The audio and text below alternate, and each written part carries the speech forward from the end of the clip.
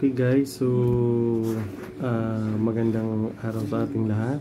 Okay, so guys, ako po si Dong Bisaya on my YouTube channel, and please subscribe, don't forget po, and also to my Facebook blog which is Christian Vlog po yung pangalan ko doon.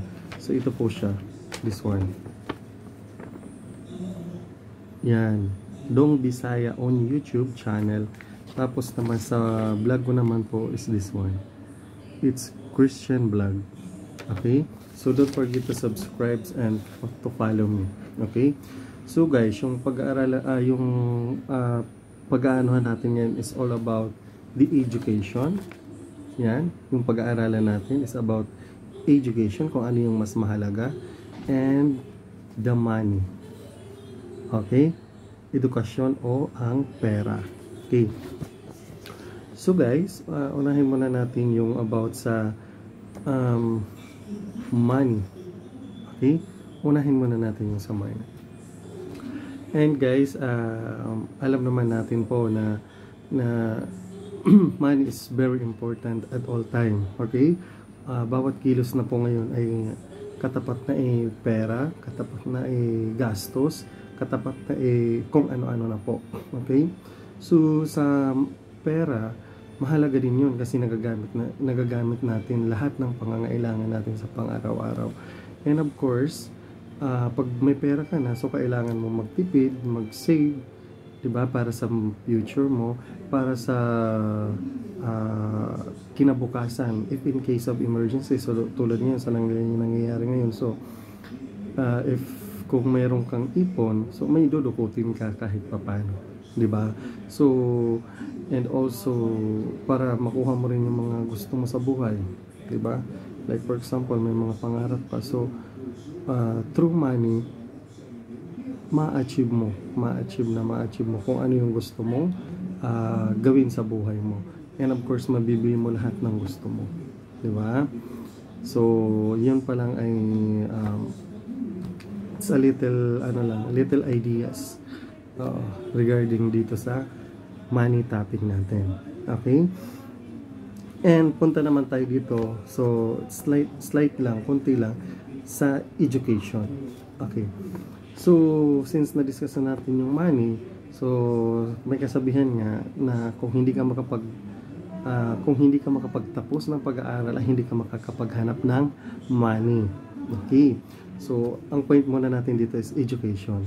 So, education is very important to an individual or to each and everyone, because ito yung kaalaman hindi makukuha sa atin ninuman, at ito yung baon natin kahit hanggang sa huling hininga natin na hindi mananakaw ng sino man.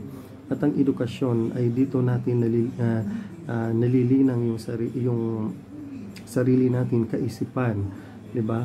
Para lumawak yung ating for example pag-iisip, pangunawa sa isa't isa, sa pagkapwa. Dito din po mapasok yung values ng isang tao, diba?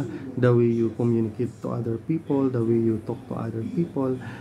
So doon nakikita yung physical mong attitude with this education. Okay?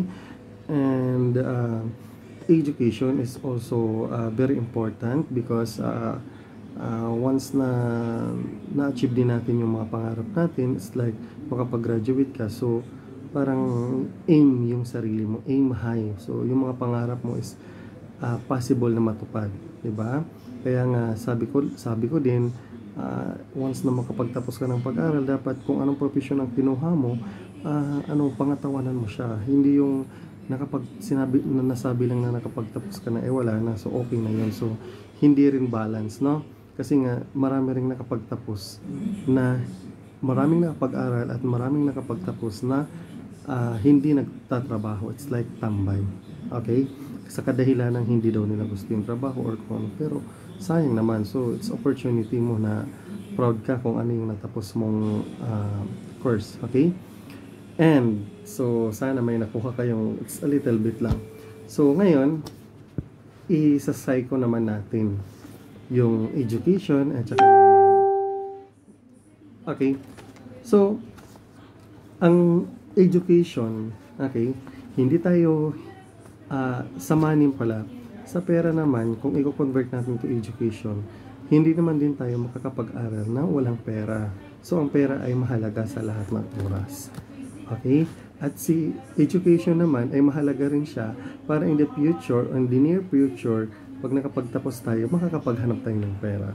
Kaya, itong education at saka money is very important in individual or sa ating lahat, sa bawat isa. Ito ay napaka-importante at napakahalaga. Kaya, habang maaga pa, hanggat may oras, hanggat mayroong scholarship from government, i-grab na natin at wag nating sayangin yon. Okay? Kasi before, alam naman natin na walang ganun, di ba? It's like, kailangan may maintaining grades ka. Okay? But for today, free, di ba? At least pasalamat tayo sa government natin na ganun yung nangyari. Okay? And sana may nakuha kayo doon sa mabilisan nating comparison between education and or money. Okay? So, hanggang dito muna po tayo, and don't forget to subscribe my channel on my blog. Ito po, it's Christian Vlog. Okay? And also to my YouTube channel. So, it's Dong Bisaya. Okay?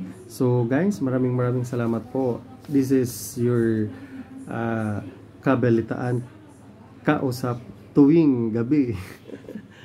Okay, so ako po, in my Facebook name, my name doon is Prince Callens. Okay? So, anyway, maraming salamat po sa lahat ng inyong pagtitiwala at oras nyo sa akin. Bye-bye!